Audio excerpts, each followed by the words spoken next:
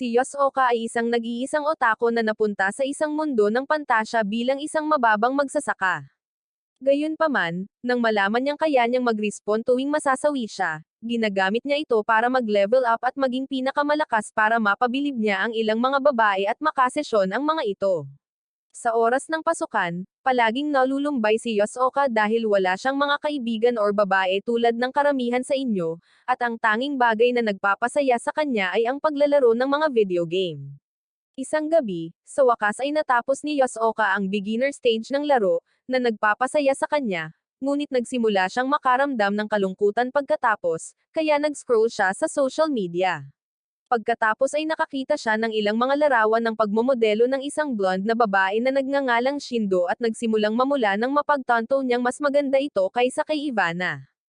Kinabukasan, pinupunasan ni Yosuoka ang board habang iniisip kung paano siya wala ng pagkakataong makasesyon ang isang S-tier girl tulad ni Shindo, at napansin niya na nakikipag-usap ito sa isang nerdy na babaeng nagngangalang Kuso, na ikinagulat niya dahil nagtataka siya kung ano ang ginagawa ng isang modelo sa isang nerd. Gayunpaman, biglang tumitig sa kanya ng matindi ang mga babae, kaya humarap siya para ipagpatuloy ang kanyang tungkulin sa board kahit na naguguluhan siya sa kakaibang kilos ng mga babae.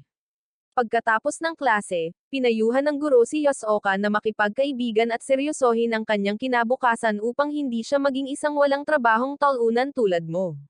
Gayunpaman, napansin ni Yosuoka na sina Shindo at Kuso ay nasa klase pa rin at nakatitig sa kanya na parang isang masarap na steak na balak nilang kainin. At kahit na naguguluhan siya, hindi niya sila pinansin dahil gusto lang niyang umuwi para maglaro muli ng mga video game. Pagkaalis ng guro, napansin ni Yosuoka na ang dalawang babae ay nakakabiglang nawala sa klase at ilang kakaibang drawing ang nagsimulang magpakita sa pisara. Bigla, ang silid ay naging isang astral dimension at agad siyang dinala sa ibang mundo kung saan siya ay nahulog sa isang ilog. Habang nagsisimula siyang magtaka kung ano ang nangyayari, nakita niya na napapaligiran siya ng ilang halimaw na siyang dahilan kung bakit siya nataranta. Gayunpaman, biglang dumating si Shindo kasama si Kuso at binalaan siyang huwag mataranta dahil isang kalahating mukha na weirdo ang malapit ng magpakita. Bigla, nagpakita sila sa isang kakaibang dimensyon kung saan isang kakaibang figure ang nagpakita na tinatawag na Game Master, dahilan para mabaliw si Yosuoka sa kabila ng babala. Hindi ito pinansin ng Game Master at binigyan lamang siya ng isang quest, na siyang tuparin ang kahilingan ng pinuno ng nayon sa loob ng 14 na araw na limitasyon. Hindi maintindihan ni Yosuoka kung bakit walang ibang natataranta, ngunit sinipa ni Shindo ang kanyang likod upang manahimik at makinig. Pagkatapos ay ipinaalam sa kanila ng Game Master na may 8 natitirang hakbang bago makumplito ang misyon, at isang bagong miyembro ang sasali sa kanilang grupo pagkatapos ng bawat hakbang hanggang sa huling hakbang, na dapat makumplito kasama ang 10 miyembro. Kahit na nalilito si Yosuoka, ipinakilala ng walang ulong Game Master si Shindo bilang isang Wind Mage at si Kuso bilang isang warrior. Ngunit nang igulong niya ang board upang pumili ng trabaho para kay Yosuoka, ang walang kwentang tao ay napunta sa isang posisyon bilang magsasaka, na ikinadismaya ng mga babae dahil ang tanging maya-alok niya ay ang kanyang kagamitan. Pagkatapos umalis ng Game Master, ipinaliwanag ni Shindo kay Yosuoka na siya ang unang naisekay. At pagkatapos makumplito ang unang quest, bumalik siya sa normal na mundo at sinunod ang mga tagubilin ng Game Master na makipagkaibigan kay Kuso, na humantong sa kanyang pagiging isekai rin. Pagkatapos ay isiniwalat niya na inutusan sila ng Game Master na mag-isa kasama si Yosuoka, at pagkatapos nilang matupad ang misyong iyon ay sumama siya sa kanila sa mundo ng laro. Di nagtagal, tinuruan ni Shindo si Yosuoka kung paano magpatawag ng mga armas, ngunit napagtanto niya na mga basurang kagamitan sa pagsasaka lang ang mayroon siya sa kanyang imbentaryo.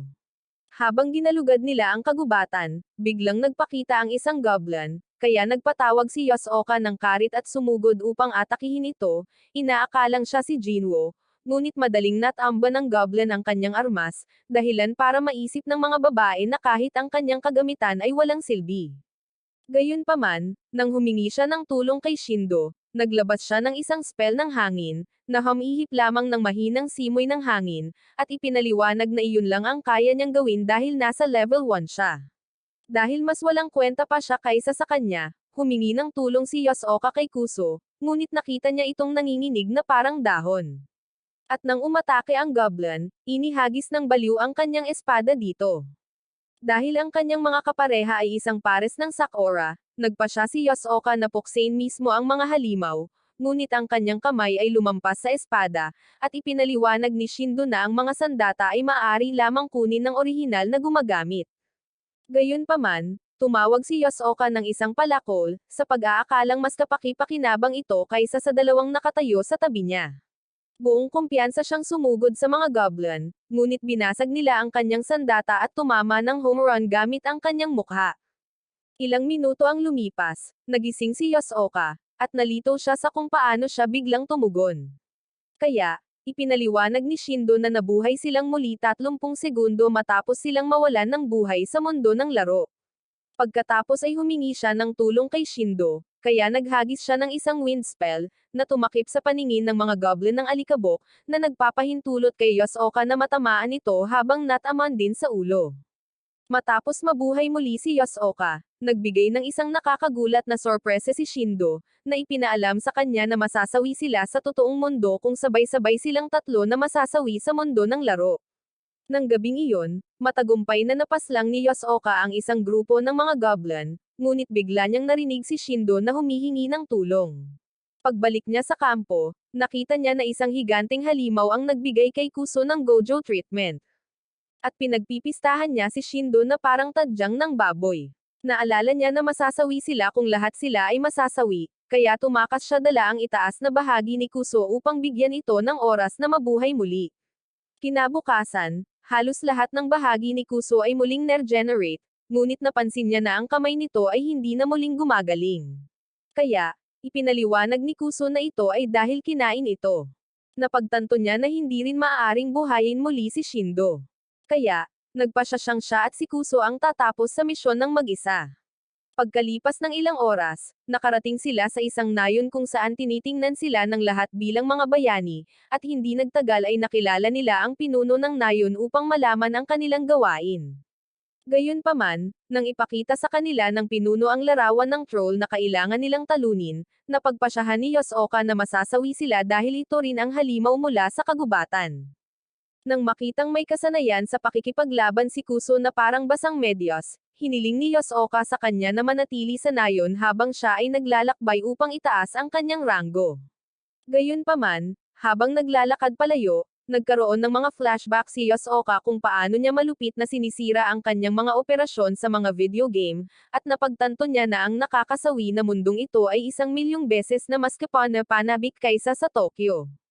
Pagkalipas ng ilang oras, hinahanap ni Yosoka ang ilang goblin sa kagubatan, at nang maalala niya kung paano sinira ng halimaw si Shindo, napagtanto niya na kailangan niyang itaas ang kanyang ranggo bago ito harapin muli upang hindi niya ito basta-basta makain.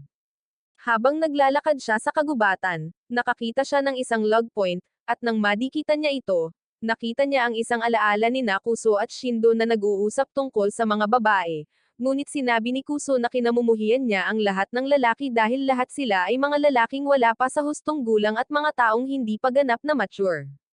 Gayunpaman, nang sasabihin na ni Shindo kung sino ang gusto niya, bumahing ang bida at hindi niya ito nakita. Ilang minuto ang lumipas, tinitigan niya ang bayan mula sa kagubatan, at nagsimula siyang magkaroon ng mga flashback ng ilang katulad na sandali sa totoong mundo hanggang sa dumating ang mga goblin. Habang sinisira ni Yosoka ang mga goblin, naalala niya kung paano siya kinutya ng lahat noong unang araw ng pasukan, na labis niyang ikinagalit kaya't hindi sinasadyang nakatakas ang isang goblin habang tinutusok ang isa sa lalamunan. Pagkatapos ay tiningnan niya ang kanyang stats bar at nakita na nasa ranggo 9 na siya ngayon at nakaramdam siya ng pagkadismaya dahil alam niyang level 10 na sana siya kung hindi niya hinayaan ang isa na makatakas. Iniisip ni Yosoka kung may paraan ba para magpalit ng trabaho dahil ayaw niyang maging magsasaka habang buhay at napagpasyahan niyang may paraan dahil maraming trabaho sa Game Masters Board. Habang nagsisimula siyang mangarap na maging isang mandirigma tulad ni Kratos, nakatanggap siya ng abiso na nasawi na si Kuso. Kaya nagmadali siyang tingnan ang nayon at nakitang nasusunog ito. Nang maalala niya na ang orihinal na pakikipagsapalaran ng Game Master ay para matupad nila ang kahilingan ng pinuno ng nayon, napaisip siya kung nabigo ba sila sa pakikipagsapalaran. At nagmadali siyang bumaba sa nayon upang tumulong. Pagdating doon, napansin niya na hindi na muling nabubuhay si Kuso dahil malamang ay kinain na ito at napagtanto niya na kung masasawi siya, mawawala na silang lahat. Habang hinahanap niya ang mga taga-nayon, nakakita siya ng isang log point at agad itong pinuntahan sa pag-asang makahanap ng isang bagay na makakatulong. Nakakita siya ng isang clip kung saan tinanong ng isang lalaki si Kuso kung bakit patuloy siyang nagsasagawa ng mga practice swing at sumagot siya na sa kanyang mundo, hindi siya makakagawa ng anumang mabibigat na ehersisyo dahil sa kanyang sakit at iyon ang unang pagkakataon na umiikot siya sa isang bagay na ganoon kabigat. Inamin niya na ang ginawa lang niya ay pabagalin sina Shindo at Yosoka at humagulgol habang sinasabing siya ay isang pabigat sa maraming tao simula pa noong araw na siya ay ipinanganak, kaya naman nagpasya siyang tulungan ang lahat habang siya ay malusog. Matapos panasan ang kanyang mga luha, tiniyak niya sa bata na magsisikap siya at paprotektahan ang lahat kung may mangyari. Habang pinapanood ni Yosoka ang video kung saan desperadong sinusubukan niyang tulungan ang mga taga-nayon, napagtanto niya na ang kanyang sarili lamang ang iniisip niya. Kalaunan ay itinomba ng halimaw si Kuso sa isang sulok at sinubukang atakihin ang isang batang lalaki, ngunit tumalon muli si Kuso upang agawin ang atensyon nito at tinawag ang kanyang kalasag ngunit natamba sa isang pader. Habang siya ay nasa lupa, sinunggaban siya ng halimaw at habang nagmamakaawa siya kay Yosoka na iligtas siya, pinagpiestahan siya nito na parang isang piraso ng manok. Matapos mapanood ito, nakita ni Yosoka na nagpakita na ang halimaw.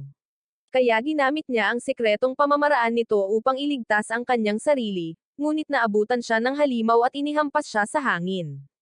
Habang nasa himpapawid, naalala ni Yosoka noong nagkasundo sila ng kanyang mga kaibigan na magkikita muli sa isang higanteng puno pagkatapos ng high school at maghuhukay ng isang time capsule ng magkasama.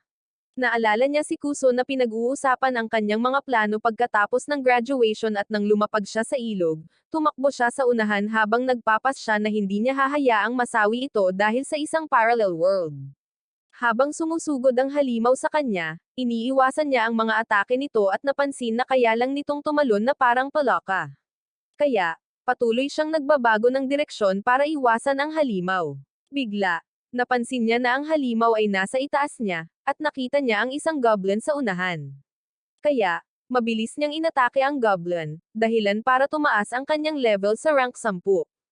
Biglang nagyelo ang buong lugar, at nagpakita ang Game Master para ipaalam sa kanya na naabot na niya ang isang bagong level. Pagkatapos ay pinaikot muli ng Game Master ang job wheel, at nanalangin si Yosoka na maging isang bagay na kapaki-pakinabang. Ngunit sa pagkakataong ito, napunta siya sa posisyon ng chef, na ikinadismaya niya. Gayunpaman, habang sinusuri ang kanyang bagong inventaryo ng mga armas, nakakita siya ng isang talem. Kaya, agad niya itong ginamit at napansin na mayroon na siyang X-ray vision bilang isa sa kanyang mga kasanayan. Pagkatapos umalis ang Game Master, tinaga ni Yosoka ang tiyan ng halimaw, at ang mga hindi natunaw na labi ng mga babae ay lumabas, na nagbigay daan sa kanila na mabuhay muli.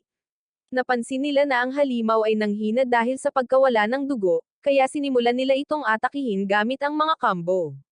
Gayunpaman, paulit-ulit silang winasak ng halimaw, kaya nakaisip si Yosoka ng ideya kung saan niya ilalagay ang isang pag-atake sa loob ng katawan ng halimaw gamit ang tulong ni Shindo. Habang sumusulong siya sa halimaw, sinubukan nitong hulihin siya, ngunit umiwas siya at tumalon papunta sa tiyan nito, kung saan niya ito tinaga bago muling bumangon. Sinunod ang mga tagubili ni Yosoka, umakyat si Shindo sa ibabaw ng halimaw at direktang nagpalobo ng hangin sa ulo nito, dahilan para sumabog ito. Pagkatapos, muling nagpakita ang Game Master at binati sila sa pagkumpleto ng kanilang quest bago tinanong si Yosoka kung ano ang gusto niyang gantimpala. Habang nag-iisip, napagtanto ni Yosoka na ang Game Master ay mula sa hinaharap, kaya tinanong niya kung ano ang gagawin nila pagkatapos makumplito ang ika-10 hakbang. Nagpatugtog ang Game Master ng isang clip kung saan silang tatlo ay nakaharap sa isang malaking dragon sa totoong mundo, at biglang nagising ang Power Trio sa normal na mundo. Habang naglalakad pa uwi si Yosoka, napagtanto niya na ang lungsod ay masisira ng isang dragon kung iiwan niya ang quest. Maya-maya, nagsasagawa si Yosoka ng isang pagsasanay sa pagtakbo sa bayan, at naalala niya ang pangitain na ipinakita sa kanya ng Game Master, na nagpapaisip sa kanya kung bakit siya ang inatas ang iligtas ang lungsod na kinasusuklaman niya. Bigla siyang nakatanggap ng tawag mula sa Game Master, na nagpadala sa kanya sa isang espesyal na misyon upang akitin ang isang babaeng tinukoy niya. Di nagtagal, dumating si Yosoka sa destinasyon, at habang nagtatago siya mula sa mga gwardya, ipinaliwanag ng Game Master na ang kanyang tagumpay or pagkabigo doon ay makakaimpluwensya sa kanyang mga pagkakataon sa susunod na pakikipagsapalaran. Nagreklamo si Yosoka na hindi siya basta-basta maaaring pumasok dahil ang paaralan ay teritoryo ng kanyang kaaway, ngunit sinabihan siya ng Game Master na umakyat sa itaas. Pagdating niya sa ikalawang palapag, nakita niyang nakabukas pa rin ang ilaw sa silid ng mga babae, kaya pumasok siya at nakita ang ilang mga babae na pilit na sinusubukang gumawa ng mga video para lamang sa mga tagahanga ng isang babaeng nakasalamin. Nang humingi siya ng mga tagubilin sa Game Master, sinabi niya sa kanya na ang kanilang target ay ang babae na nakasalamin. Kaya tinapos niya ang tawag at sinubukang kausapin ang mga babae, ngunit napagtanto niyang wala siyang karanasan sa pakikipag-usap sa mga babae. Ipinaalala sa kanya ng pinuno ng mga bully na hindi siya dapat nasa banyo ng mga babae at sinimulan siyang i-record. Kaya itinago niya ang kanyang mukha upang maiwasan ang pagtawag sa kanya bilang ang susunod na talunan. Gayunpaman, napagtanto niya na ang babaeng nakasalamin ay maaaring masawi kung magtatagumpay sila sa paglalabas ng mga video nito at sisirain nito ang kanyang pagkakataong maris ito, ibig sabihin ay mabibigo siya sa susunod na quest at masasawi. Dahil dito, kinuha niya ang telepono mula sa kamay ng mga bully at binasag ito at nakaramdam ng kumpiyansa na magkakaroon siya ng mas malaking pagkakataon na maris ang babae na may salamin.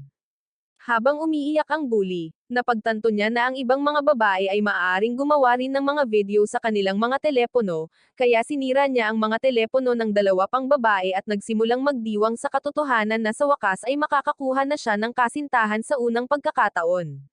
Sinubukan siyang sipain ng isa sa mga babae, ngunit hinaranggan niya ito gamit ang isang karate chop at inanunsyo na mas malakas siya kaysa sa kanila, dahilan para tumakbo ang mga bully. Pagkatapos, inihatid ni Yosoka ang babaeng may salamin, si Yoka, pauwi at hiniling niya na sana ay iwan na lang siya ng lalaki at umuwi. Pero nasa lupain ng Dreamland ang lalaki at iniisip ang lahat ng iba't ibang galaw ni Johnny Sins na hinayaan niyang subukan niya. Nang tanungin siya nito kung bakit nila siya binubuli, ipinaliwanag nito na gumaganti sila dahil ang babaeng nagre-record ay ang kanyang streaming partner na nasaktan matapos siyang suruan ni Yoko sa live stream. Inamin ni Yoko na mali siya, ngunit biglang umiyak habang sinasabing hindi niya siya pinangalanan. At ginulo ni Yosoka ang kanyang utak para makahanap ng paraan para pakalmayan siya dahil hindi pa siya nakaranas ng ganoong sitwasyon noon. Dahil hindi tumatawag pabalik ang Game Master, iniisip niya kung natapos na ba niya ang misyon, ngunit sinabi ni Yoko sa kanya na kaya niyang lockerin ang natitirang bahagi ng kalsada ng mag-isa. Matapos magpaalam sa isa't isa, binanggit ni Yoka ang isang sikat na laro na tinatawag na Onesta, na tungkol sa pagsasanay sa mga lalaking idolo at ipinaliwanag na ang bida ay isang babaeng producer na lumalapit sa bawat isa sa mga lalaking pinagtatrabahuhan niya. Namula siya habang sinasabing kung susubukan ni Yosoka na gawin ang isang bagay na gagawin ng isa sa mga kasamahan sa laro, maaaring magsilbing pagsasanay ito para sa kanya sa pagmamodelo. Habang tumatakbo siya palayo, napagtanto ni Yosoka na siya ang pinakamasamang uri ng otako. Maya-maya, naglalaro si Yosoka na nalulumbay dahil nasayang ang 2 linggo ng kanyang buhay, at bigla siyang napunta sa mundo ng laro kung saan niya nakita sina Shindo at Kusu. Gayunpaman, biglang nagpakita si Yoko bilang pang-4 na manlalaro, at habang sinusubukan niyang alamin kung ano ang nangyayari, biglang nagpakita ang Game Master na naging dahilan para mataranta siya. Pinaikot niya ang gulong at napunta si Yoko sa posisyon ng isang wizard na naging dahilan para magbago ang kanyang mga damit at maging isang tenmo na gamit ni Harry Potter. Pagkatapos ay isiniwalat ng Game Master na sa susunod na yugtong ito, ang panahon ng revival ay tataas mula 30 segundo hanggang 40 segundo at ipinakita sa kanila ang kanilang quest bago mawala. Habang papalapit si Yosoka kay Yoka, inakusahan niya ito ng pagdukot sa kanya, ngunit sinabihan siya ng mga babae na kumalma upang maipaliwanag nila sa kanya ang lahat. Matapos ikwento ni Yoko sa kanila kung paano niya nakilala si Yosoka, nakita rin nila ito bilang isang maruming taong talunan, kaya nagpatuloy sila sa pag-alis ni Yoka. Habang ipinaliwanag ni Shindo kung paano nangyayari ang mga bagay-bagay kay Yoka, hinangaan siya ng apat na matang salamangkero at nakita siya bilang isang lilang bersyon ni Madoka. Nang tanungin ni Shindo kung bakit niya kinausap ang tatlong babae na sinusubukang kunan siya ng video, ipinaliwanag niya na sinubukan niyang makipag-ayos sa kanila matapos silang masaktan, at si Yosoka ay nagsilbing magkaaway para sa kanila. Nang marinig ito, ipinaliwanag ni Shindo na lagi niyang sinusubukang itigil ang pambubuli dahil plano niyang mamuhay ng pinakamaganda bilang estudyante, at dahil dito ay mas hinangaan siya ni Yoka, ngunit nakita niya ang kanyang sarili bilang isang kaawa-awang talunan. Pagkatapos, naglakad sila papunta sa isang bahagi ng kagubatan kung saan biglang nagpakita ang isang higanteng alupihan at sinira si Yosoka gamit ang isang insekto. Gamit ang kanyang kasanayan sa pagiging chef, kinilala niya ang nilalang bilang demonyong insekto na Kadomatsu, at matapos nitong sirain si Shindo, humarap si Yoko sa mga insekto gamit ang lahat ng natutunan niya mula sa anime ng Magical Girl. Gayunpaman, ang kanyang spell ay nagpapataas lamang ng temperatura ng kanyang wand, at agad siyang inatake ng insekto. Matapos tumugon, sinimulan ni Yosoka na sirain ang mas maliliit na insekto gamit ang kanyang mga talim sa kusina na naging dahilan upang humanga sa kanya ang mga babae, at nang umatake ang mas malaking halimaw na alupihan, pinunit niya ang ilan sa mga paa nito. Pagkatapos, sumama siya kay Kuso sa paghawak ng kanyang espada, at naglabas sila ng isang malupit na hiwa na Samaira sa halimaw ng tuluyan. Noong si Shindo ay isang bata pa lamang, kilala siya bilang isang delinquent, ngunit nagbago ang lahat ng iyon nang makilala niya si Sayori. Mahal na mahal niya ito higit kan inuman, ngunit isang araw ay tumalon si Sayori mula sa kanyang gusali at tila wala siyang makausap tungkol sa pagiging binobuli. Nang magsimulang mag-aral si Shindo, sinimulan siyang kulitin ng lahat ng mga guro dahil sa lahat ng ginagawa sa kanila ng kanyang dalawang delinkwenteng kapatid, ngunit palagi siyang ipinagtatanggol at sinasamahan ng kanyang mga kaibigan. Walang imak si Yosoka matapos marinig ang lahat ng ito, ngunit ipinagpatuloy niya ang kanyang kwento sa pamamagitan ng pagbanggit kung paano siya random na naisekay at nalungkot siya dahil lahat ng mayroon siya, lalo na ang kanyang mga kaibigan, ay kinuha sa kanya. Inaangkin niya na ayaw niyang masawi sa basurang mundo na iyon kahit ano paman at hinawakan ang kamay ni Yosoka habang nagmamakaawa na tulungan siyang sakupin ang mundo ng laro. Kinabukasan, bumalik ang pangkat sa nayon na dati nilang iniligtas at napansin na ito ay tuluyang nawasak.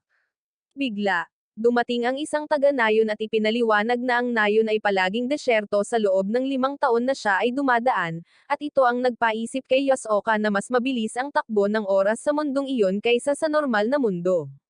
Natigilan si Kuso nang mapagtanto niyang ang batang lalaki na kanyang naging kaibigan ay malamang nabuhay sa kung saan at tinanong ni Shindo kung ano ang susunod nilang gagawin dahil plano nilang mang-alap ng impormasyon mula sa nayong iyon. Pagkatapos ay tinanong ni Yosoka ang lalaki kung alam niya kung nasaan ang Rat Adorbo at isiniwalat ng lalaki na ang Rat Adorbo ay nasa gilid ng kontinente.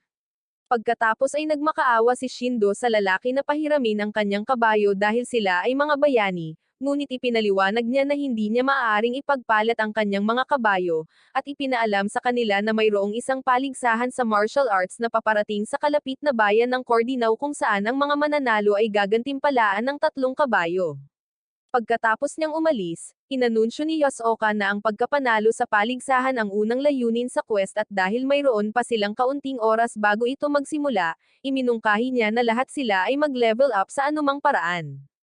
Habang naglalakad sila sa kagubatan, tiniyak ni Shindo kay Yoka na magiging maayos sila dahil naroon lamang sila para puksain ang mga goblin at nang tanungin ni Yoka kung ano ang gagawin nila kung may magpakita na mas malakas na halimaw, sinabi niyang tatakbo sila palayo. Bigla, may mga bandido na tumalon mula sa mga palumpong at umatake, ngunit iniwasan ni Yosoka ang isa sa kanila at tinaga ito sa braso. Pagkatapos ay sinimulan ni Yosoka ang pag-frame logang bilang pagdiriwang, ngunit sinira ng Game Master ang kanyang vibe sa pamamagitan ng pag-anunsyo na bumaba ang kanyang ranggo dahil sa pagpaslang sa mga tao. Habang umaatras, ipinaalam niya kay Shindo na ang kanyang mga experience point ay natanggal na dahil ang pananakit sa mga tao sa mundong iyon ay maituturing na labis na pagtatanggol sa sarili at inutusan niya ang grupo na tumakas. Habang tumatakbo ang iba sa unahan, naglabas si Shindo ng wind spell upang itulak ang kalaban, at pagkatapos makahanap ng ligtas na lugar, napansin ng iba na nabihag na siya. Pagkatapos ay tinanong ni Yosoka kung kailangan nila siyang iligtas, at ito ay nagdulot ng kalituhan sa lahat.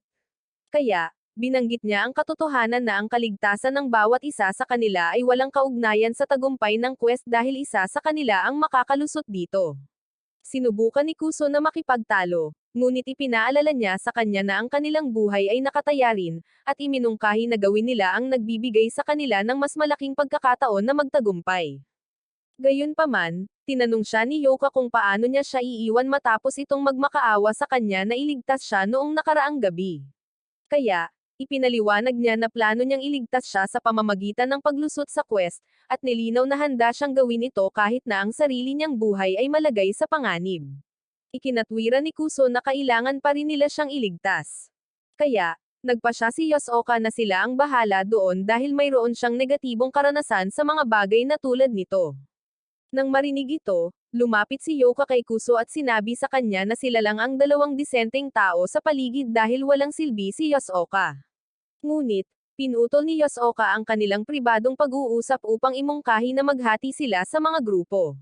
Sumang-ayon sila na sasali si Yosoka sa torneo ng martial arts habang ang mga babae ay lalabas upang iligtas si Shindo, at pagkatapos umalis ng mga babae, napagtanto ni Yosoka na nag-iisa na naman siya.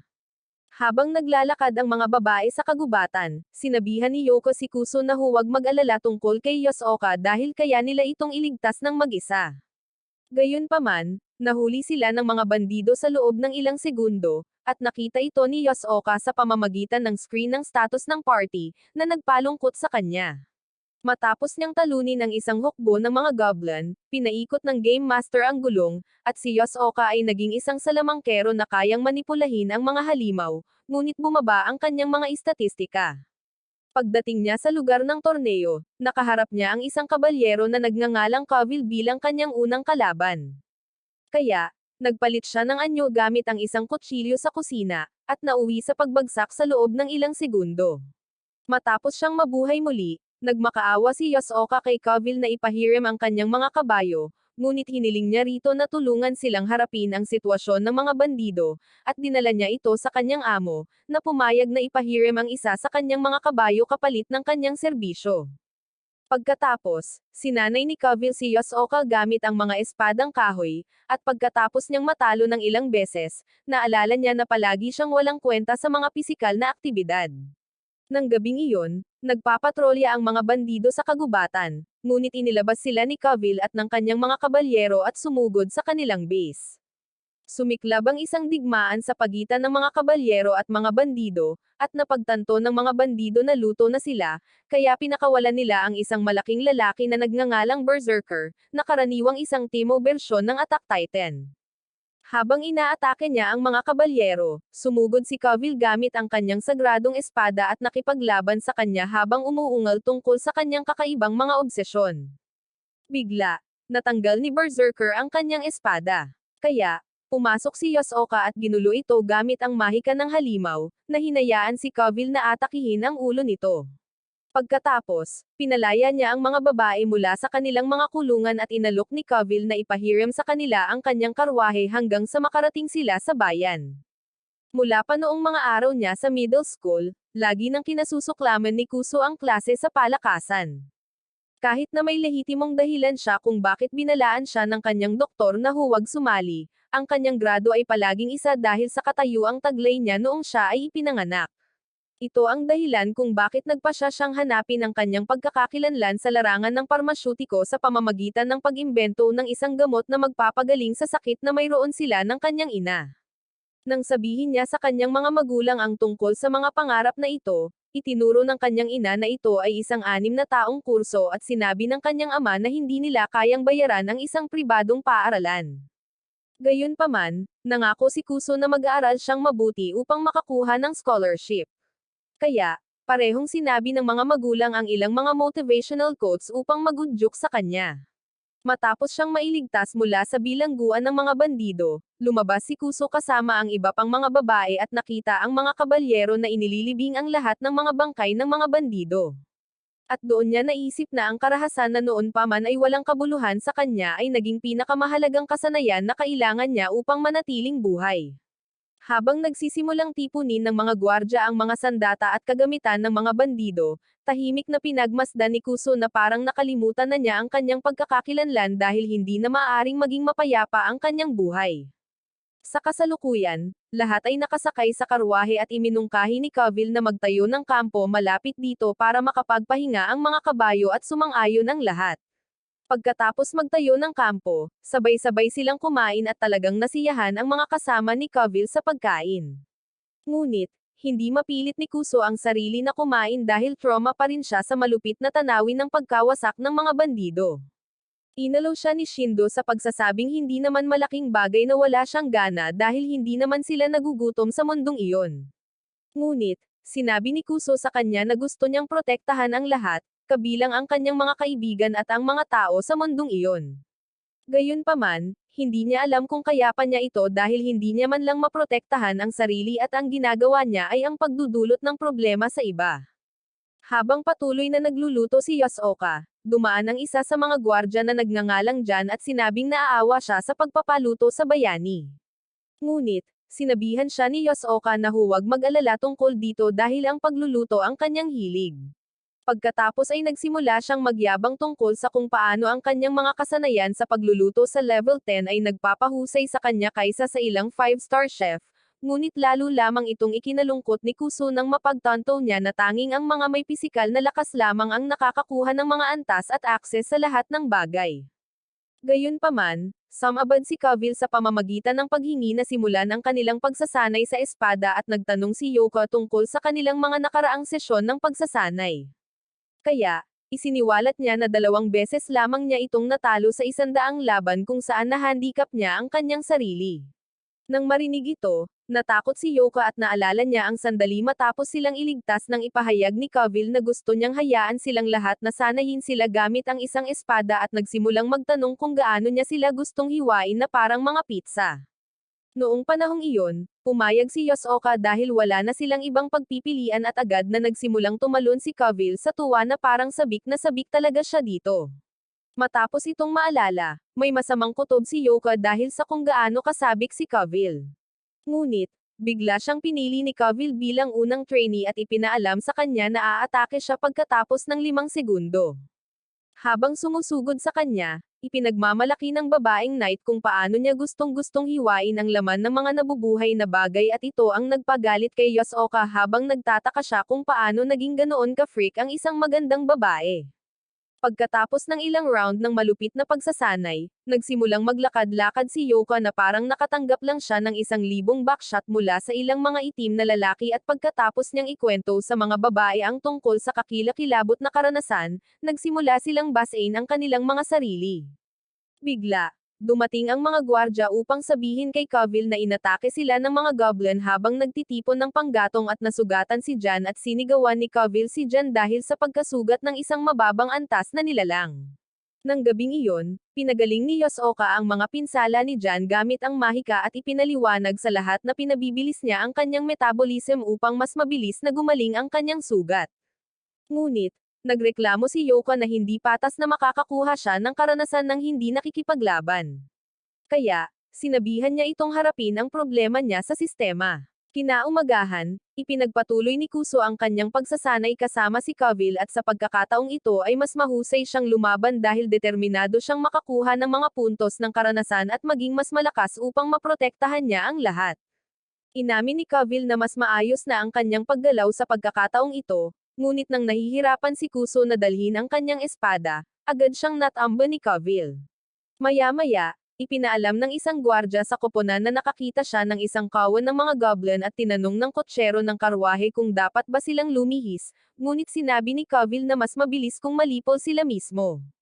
Gayunpaman, inalok ni Yosoka na sumama sa kanyang koponan at sinimulan nilang lahat na sirain ang mga goblin, bukod kay Kuso, na na-corner ng isang goblin.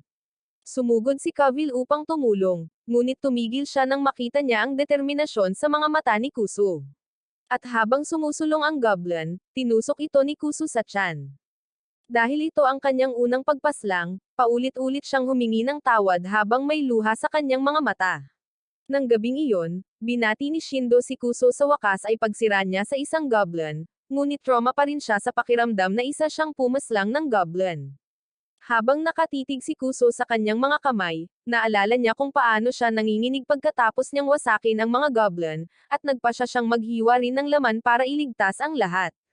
Kinabukasan, ang gulong ng karwahe ay naipit sa isang bitak sa lupa, at pinagsama-sama ng lahat ng mga lalaki ang kanilang pagsisikap upang mailabas ito.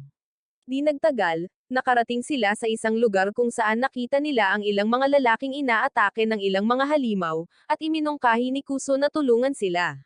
Ngunit ikinatwiran ng talunan na bayani na hindi ito ligtas, kaya sinabi niya sa kanila na siya mismo ang pupunta dahil hindi niya maaaring baliwalain ang mga taong nasa problema. Napagtanto ni Yosoka na maaaring ito ay isang kaganapang itinakda ng Game Master, kaya nagpa siya siyang hatiin sila sa dalawang grupo, at sinamahan niya si Kuso upang iligtas ang mga tao habang ang iba ay sumusulong. Habang sumusulong sila patungo sa mga halimaw na lobo, nagsimulang tumakbo ang mga lobo patungo sa kanila. Kaya tinawag nila ang kanilang mga sandata upang harapin sila. Nagsimulang madaig sila ng mga halimaw na lobo, at sinubukan ni Yosoka na gamitin ang kanyang spell ng halimaw, ngunit hindi ito gumana. Kaya tinusok niya ang isang lobo sa mata. Habang papalapit siya upang tapusin ito, isa pang lobo ang kumagat sa kanya mula sa likuran, at pinaslang ng mga lalaki ang lobo. Matapos mabuhay muli si Kuso, nag-login siya at tumawag ng isang espada, na ginamit niya upang tusokan ang bibig ng kalaban. Nagulat si Yosoka sa pag-unlad ng kanyang karakter, at pagkatapos niyang mabuhay muli, iniwan niya ang huling lobo sa karwahe, kung saan pinaslang ito ni Kavil gamit ang isang flame-breathing slash. Pagkatapos, pinagaling ni Yosoka ang mga nasugatang lalaki, at pinasalamatan nila siya bago isiniwalat na dinadala nila ang ilang kriminal sa Ratedorbo na may layuning tapusin sila. Nang marinig ito, napagtanto ng lahat na ito ay may kaugnayan sa misyong ipinadala sa kanila ng Game Master. At nalito si Yosoka kung tutulungan ba niya ang mga bilanggo or hindi. Sinabi ni Kavil na hindi siya naniniwala na ang malayong kanlurang bayan ng Ratedorbo ay nasa ilalim ng autoridad ng kaharian ng Diak, at tinanong ang mga sundalo kung balak nilang tapusin ang kanilang sariling mga tauhan sa dayuhang lupain. Ikinagalit ito ng commander ng sundalo, kaya tinanong niya ito kung sino siya, at ipinakilala niya ang kanyang sarili bilang isang kabalyero ng lungsod-estado na Cordino, at sinabing hindi siya obligado na sumunod sa kanyang pagtatanong dahil isa lamang itong sundalo. Nang marinig ito, tinawag ng sundalo ang Cortnel na isang maliit na bansa na walang halaga kundi isang mahalagang ruta ng pagsasanay at ipinakilala ang kanyang sarili bilang Vice-Corporal Camelta ng kaharian ng Diak.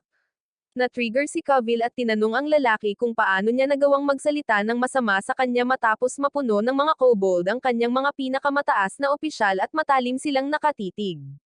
Gayunpaman, nang malapit na silang maglaban, pinigilan sila ni Shindo. Kaya, ipinaliwanag ni Kavil na kailangan nilang hatiin agad ang tatlong sundalo dahil ang kaharian ng Diak ay isang diktadura na tila pinagsasama-sama ang kapangyarihan sa buong kontinente. Inaangkin ni Camelta na hindi niya hahayaang may sinumang suron ang kaharian ng Diak sa ganoong paraan at sinumang haarang sa kanyang daan ay tatapusin. Nang makitang hindi niya makontrol ang dalawa na ito, tinawagan niya si Yosoka para humingi ng tulong at inanunsyo nito na dapat makipagkita agad sa kanya ang lahat ng mga bayani. Pagkatapos nilang magtipon, ipinaliwanag niya na ang buong sitwasyon ay isang pangyayaring kailangan nilang pagdaanan upang maihatid ang mga kalakal sa Ratedorbo at dahil ito ay isang compulsory quest, ang mga kalakal na kailangan nilang ihatid ay ang mga bilanggo. Gayunpaman, itinuro niya na lahat ng mga bilanggo ay tatapusin kung itutuloy nila ang quest kasama na ang batang lalaki na kasalukuyan niyang pinapagaling, at hinulaan na ang kanilang mga aksyon ay maaaring tawaging isang pag-atake ng tao na magtatapos sa laro para sa kanila. Pagkatapos ay iminungkahi niya na masyadong mapanganib na tapusin ang mga sundalo sa ngayon at tinanong ang iba kung ano ang gagawin, at sa wakas ay ginamit ng wizard na may apat na mata ang kanyang utak sa pamamagitan ng pag-iisip ng isang ideya na iwanan sila hanggang sa Ratedorbo at pagkatapos ay ihinto ang pagpaslang upang palayain sila. Tinanong ni Shindo kung sumasang-ayon silang lahat sa plano at lahat ay sumagot ng oo, kaya sumama silang muli sa iba pa sa karwahe. Habang umuusad ang mga karwahe, tinanong ng isa sa mga sundalong Diak si Camelta kung ligtas bang samahan sila ng mga bayani at isang dayuhang kabalyero. Kaya, ipinaliwanag ni Camelta na wala silang ibang pagpipilian dahil hindi nila maaaring paalisan ang mga bilanggo bago sila tapusin at wala silang ibang pagpipilian kundi umasa sa kapangyarihang magpagaling ni Yosoka. Samantala, pinapagaling ni Yosoka ang nasugatang batang bilanggo sa isa sa mga karwahe at tinanong ni Kuso kung bakit hindi pa nagkakamalay ang bata. Kaya, ipinaliwanag niya na kahit unti-unting bumubuti ang bata, kailangan niyang magpahinga upang mapunan muli ang kanyang kapangyarihang mahika dahil napakabata pa ng pasyente. Hindi nagtagal ay nakarating sila sa isang lugar kung saan nagpasya si Camelta na dapat silang magtayo ng kampo para sa gabi at nagalit si Covil na kailangan niyang sumunod sa mga utos mula sa isang talunan, kaya ipinaalala ni Shindo sa kanya na sila ang humingi ng pahintulot na maglakbay kasama ang mga sundalong diyak. Habang naglalakad palayo si Covil, napagtanto ni Shindo na wala siyang tiwala kay Camelta. At nakipagkita si Yosoka sa kanya upang humingi ng isang bagay. Di nagtagal, isinama ng mga bayani ang isang matandang lalaki na nagngangalang Fusil sa karwahe kung saan nakakulong ang batang bilanggo, at ipinakilala niya ang kanyang sarili bilang isang misyonero mula sa kontinente ng Ila. Pagkatapos ay isiniwalat niya na nais ng babae na ang batang lalaki, si Balili, ay maligtas kahit na ang iba sa kanila ay tapusin, at ipinaliwanag na ang kaharian ng Diak ay pumaslang sa lahat ng mananampalataya kay Artios, kahit na mula sa ibang mga bansa. Nang tanungin ni Yosoka kung bakit kinamumuhian ng kaharian si Artios, ipinaliwanag niya na ang bansa ay nahahati sa pagitan ng mga mamamayan na sumasamba lamang sa hari at mga mamamayan na sumasamba sa Diyos at sa hari. Ang magkabilang panig ay nasangkot sa isang malupit na digmaan kung saan winasak ng bawat panig ang lahat ng pinaniniwalaan ng isa. At ang pagkawasak ng mga estatwa ng magkakasunod na pinuno ng kaharian ang siyang huling dagok, na humantong sa pagbabawal sa relihiyon at pagpaslang sa mga mananampalataya.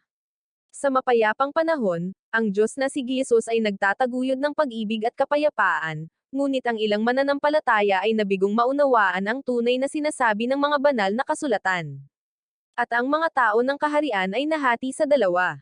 Nang marinig ito, napagtanto ni Yosoka na ang pangyayaring ito ay isang sapilitan, at nagpasya siya na ang susunod na hakbang ay ang lumapit kay Camelta. Nang magkita sila, tinanong ni Yosoka kung bakit kailangang magsagawa ng isang mapanganib na paglalakbay upang tapusin lamang ang mga mananampalataya ni Arteros sa Radadorbo, at sinabi niya na ito ay upang magpakita ng halimbawa dahil sila ay nagmula sa kaharian ng Ila. At dahil ang Radadorbo ay ang pasukan patungo sa kontinente, kailangan silang pigilan doon. Ipinaliwanag niya na mahalagang pahinain ang kanilang moral sa sandaling tumuntong sila roon upang maiwasan ang kanilang paglagupa, at ikinwento sa kanila kung paano ang kasalukuyang Haring Diak V ang siyang nagpabago sa kalunos-lunos na kalagayan ng kanilang kaharian gamit ang mga patakarang nagligtas kay Camelta mula sa kawalan ng tirahan noong siya ay bata pa. Inaangkin ni Camelta na ang kanyang hari ay isang mabuting hari na naghahangad ng isang nagkakaisang kontinente para sa ikabubuti ng mga tao. At upang makamit iyon, ang relihiyong Arteros ay kailangang burahin mula sa kontinente anuman ang mangyari. Gayunpaman, hindi pa rin sumasang-ayon ang mga babae sa ideya ng mga taong walang buhay para sa mga mithiing ito, at nararamdaman ni Yosoka na ginagamit lamang ng hari ng Diak ang mentalidad ng mga mandurumog sa pamamagitan ng pagliligtas sa mahihinang tao ng kanyang bansa sa pamamagitan ng kolonisasyon ng mas maliliit na bansa. Binasag ni Yoka ang katahimikan sa pagsasabing tumatangging sumunod siya sa mga patakarang iyon dahil naniniwala siyang mali ang mga diktadura at kolonyalismo. At labis na nagalit si Camelta kaya sinubukan niyang labanan siya. Ngunit pinigilan siya ni Yosoka at ipinaliwanag na hindi mali ang loika ng hari. Kinabukasan, nagsasanay sina Shindo at Covil gamit ang espada at ipinaliwanag ni Covil na ang tanging paraan para matalo ang lakas ng isang lalaki ay ang paggamit ng sword arts para hiwain ang mahahalagang bahagi ng kalaban. Samantala, ipinaalam ni Camelta kay Yosoka na aabutin ng 7 araw ang pagtawid sa mga bundok sa harap nila. Ngunit may isa pang ruta na mas mabilis. Gayunpaman, habang sinusundan ang shortcut na iyon, kinailangan ni Yosoka at ng isa sa mga sundalo na itulak ang karwahe mula sa likuran. At hindi nagtagal ay pumasok sila sa isang kuweba na mukhang kasing ganda ng Disneyland. Biglang sumara ang pinto sa likuran nila at inanunsyo ni Camelta na iiwan niya ang mga bayani dahil hindi sila maaaring maglakbay kasama ang mga taong nakikiramay sa mga sumasamba sa Arteros. Habang ginalugad ang labyrinth, nakatagpo sila ng ilang mga bitag, ngunit pinatunayan ni Yosoka na ang kanyang utak ay maaaring gumana sa pamamagitan ng pagsasara ng unang pangkat ng mga bitag, na nagpapahintulot sa koponan na ligtas na maglakbay sa unang palapag. Gayunpaman, napunta siya sa isa pang bitag at nakulong sa isang walang laman at madilim na silid. Pagkatapos mag-brainstorm ng ilang minuto, nalaman ng mga babae ang tiyempo ng mga bitag, kaya madali nilang naiwasan ang pangalawang bitag. Kalaunan, nakarating sila sa isang malaking arena kung saan biglang nagising ang isang nakakatakot na gargoyle. Sa madilim na silid, ginamit ni Yosoka ang kanyang kutsilyo sa kusina upang gumawa ng mga bitak sa dingding, na kanyang inakyat. Ngunit nang tumingin siya sa ibaba, napagtanto niya na siya ay takot na takot kahit alam niyang maaari siyang bumalik sa buhay. Sa kasamaang palad, ang kanyang takot ay naging katotohanan nang siya ay madulas mula sa isa sa mga bitak at nahulog hanggang sa kanyang kasawian. Pagkatapos ay sinubukan niya muli, umakyat sa mga bitak habang lumilikha ng mga bago, ngunit ang kanyang sulo ay biglang naapula. Kaya nagpasya siyang gawin ito sa paraan ng Earthbender sa pamamagitan ng paggamit ng kanyang kakayahang madama ang mga bato sa halip na makita ang mga ito. Habang umaakyat, naalala niya ang araw na ipinakilala siya ng kanyang guro sa iba pa niyang mga kaklase bilang isang bagong estudyante. At habang nauutal siyang magpakilala, pinagtawanan siya ng mga estudyante. Pagkatapos ay nadulas siyang muli, at habang umaakyat muli, naalala niya ang isang araw sa klase nang sinabi ng guro sa mga estudyante na hatiin sa mga grupo ng 6 na magkakaibigan bawat isa. Ngunit iniwasan ng lahat si Yosoka na parang siya ay isang pandemya noon. Matapos muling madulas, nabuksan ni Yosoka ang kanyang panloob na unggoy at sa wakas ay nagawa niyang umakyat sa tuktok ng plataporma. Kaya't nagdiwang siya sa pamamagitan ng paggawa ng kanyang pinakamahusay na impresyon kay Darth Vader. Di nagtagal, sumulong si Yosoka sa madilim na piitan gamit ang kanyang mga kamay upang hawakan ang paligid at siya ay natamba na nagpareklamo sa kanya na ang mapa ay nagbibigay lamang ng tanawin mula sa itaas pababa.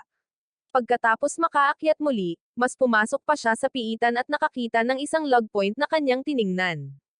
Sa clip, ang buong grupo ay umiiyak habang inilalagak ni Cavill ang kanyang tapat na kasama, si Bimsburg, na naglingkod sa kanyang pamilya ng mahigit isang dekada bago pinaslang ni Camelta. Sumumpa siya na ipapadala niya ang 3 sundalo mula sa Diak upang sumama sa kanya sa kabilang buhay upang mapaghiwalay niya sila doon at pagkatapos ay napaiyak din siya. Habang iniuunat ni Yosoka ang kanyang mga braso sa dilim, naramdaman niya ang bangkay ni Bimsburg, at naalala ang lahat ng masasayang karanasan nila sa kanilang paglalakbay na siyang dahilan kung bakit niya sinisisi ang sarili sa pagpili na sumama sa grupo ni Camelta. Kahit na hindi pa siya gaanong kilala ni Yosoka, itinuturing niya itong isang kasama sa armas dahil minsan silang nagtulakan ng karwahe habang pinag-uusapan ang kanilang paboritong mga bagay. Habang naglalakad palabas ng lugar, nagpasalamat si Yosoka kay Bimsburg para sa lahat ngunit pakiramdam niya ay isa na naman siyang estranghero sa lahat dahil hindi man lang niya nakita ang bangkay ng kanyang kaibigan. Samantala, dahan-daang lumapit ang gargoyle sa mga babae ngunit hindi nag-aksaya ng oras ang mga allopiers nito sa pag-atake sa kanila. Kaya't isa-isa silang winasak ni Cavill at pinatumba rin sila ni Shindo habang nagrereklamo na kinakabahan siya dahil sa mga paniki ng vampira. Habang nahihirapan ang iba sa mga paniki, sumugod sina Cavill at Shindo at sinalubong ang gargoyle sa gitna ng arena. Habang nag-uusap sila, ipinaalam ni Shindo kay Cavill na nakasabit ang susi sa labasan sa braso ng gargoyle. Kaya sumugod siya at sinubukang putulin ito ngunit hinaranggan ng gargoyle. Habang nilalabanan ni Shindo ang ilang paniki ng vampira, naiwasan ni Cavill ang mga atake ng gargoyle at pinuri siya dahil mas kapaki-pakinabang siya kaysa sa iba pa niyang kasamahan. Ipinaliwanag ni Shindo na ganoon siya kagaling dahil ginugol niya ang nakaraang 2 taon sa pag-roleplaying kay Alex Ayala sa tennis club ng paaralan bago tumigil kamakailan. Ngunit pinayuhan siya ni Cavill na ipagpatuloy ang paglalaro ng esport. Matapos maalala ang sakit na naramdaman niya noong nagretiro siya sa tennis, ipinangako ni Shindo kay Cavill na babalik siya sa esport. Ngunit bigla, inatake ng gargoyle si Cavill sa tiyan na naging dahilan upang mahulog siya sa tubig sa ibaba. Habang sinisigaw ng lahat ang kanyang pangalan ng may pag-aalala, nakatitig si Shindo nang hindi makapaniwala habang iniisip niya kung nasawi na ba talaga si Cavill. Ngunit biglang inilipat ng gargoyle ang atensyon nito sa kanya. Habang naglalakad papasok ang gargoyle upang tapusin siya, nagsimulang umatras si Shindo ngunit biglang natapakan ang isang paniki. Nang sandaling iyon, biglang tumigil ang oras at nagsimula siyang magtaka kung sinakop na ba ng diyak ang kanilang mundo hanggang sa maalala niya si Yosoka na nagpapaliwanag sa kanya na kapag naabot niya ang level 10, titigil ang oras para sa lahat maliban sa kanya at sa Master. Biglang nagpakita ang Game Master at binati siya sa pag-abot sa isang bagong level, ngunit nagsimula siyang mabigla sa katotohanang nailigtas niya sana si Kavil kung ang power-up na ito ay dumating ng ilang segundo ng mas maaga. Habang iniikot ng Game Master ang gulong para sa kanyang bagong trabaho, naalala ni Shindo ang payo ni Yosoka sa kanya na samantalahin ang ilang segundo na nakatigil ang oras kung may kalaban siya sa harap niya, kaya sinugod niya ang halimaw. Nang magpatuloy ang oras, ang mahiwagang gamit ni Shindo ay naging isang mamahaling cosplayer dahil ang kanyang bagong trabaho ay mandirigma, at inatake niya ang gargoyle gamit ang kanyang espada, ngunit ang balat nito ay masyadong matigas para tumagos. Isang malakas na suntok ang ginawa ng gargoyle sa kanyang braso, dahilan para lumipad siya papunta sa gilid ng plataporma, ngunit nagawa niyang makabangon muli, at pagkatapos gumaling ang kanyang braso, tinawag niya ang kanyang espada pati na rin ang isang kalasag at ang kanyang sombrero ng wizard. Pagkatapos ay napansin niya na nagawang sakta ng Kavil ang gargoyle, at naalala niya ang pagpapaliwanag ni Kavil na ang pinakamahusay na paraan upang mapabagsak ang isang halimaw ay ang hampasin ang puso nito ng hindi direkta mula sa isang mas mababang bahagi ng katawan nito or sa isang mas mataas na bahagi. Habang papalapit ang gargoyle sa kanya, sumugod siya at natamba ang braso nito, ngunit ginamit nito ang kabilang talim ng braso nito upang putulin ang kanyang kanang braso. Nang sinubukan nitong tapusin siya, hinaranggan niya gamit ang isang kalasag at umakyat sa tuktok ng halimaw, kung saan muli niyang kinuha ang kanyang espada at tinusok ito sa balikat. Samantala, si Yosoka ay gumagalaw sa piitan habang iniisip kung paano niya minsan pinrotektahan ang kanyang mga kaibigan mula sa isang oso, at nagtataka siya kung bakit siya ipinanganak at napiling maging isang manlalaro. Nagsimula rin siyang magtaka kung sino talaga sina Shindo at Kuso dahil sila ay napakagaling, at nagpasya siyang gagampanan niya ang kanyang tungkulin bilang pinuno dahil siya ang pinakamalakas sa kanila. Pagdating niya sa arena, nakita niya na natalo na ni Shindo ang gargoyle, ngunit ipinaalam nila sa kanya na si Kavil ay nahulog sa ilalim ng tubig, kaya nagpalit siya ng damit panlangoy at tumalon sa tubig upang iligtas ito. Di nagtagal, nagising si Kavil na nalilito sa katotohanang gumaling na ang kanyang mga pinsala, kaya ipinaliwanag ni Jan na naubos ni Yosoka ang kanyang mahika habang pinapagaling siya hanggang sa siya ay nawalan ng malay. Pagkaalis ni Jan, palihim na hinalikan ni Kavil ang isang walang malay na si Yosoka, ngunit nahuli siya ng ibang mga babae sa pamamagitan ng akto. Pagkatapos ay ipinaliwanag niya sa mga babae na siya ang tunay na dahilan kung bakit niya pinamumunuan ang ekspedisyon ay dahil karaniwan lamang siya kumpara sa iba pa niyang pamilya at nais niyang makakuha ng higit na respeto. Nang gabing iyon, nagising si Yosoka at ipinaliwanag sa mga babae na nalaman niya na ang mga kalakal na ihahatid nila ay hindi ang mga bilanggo.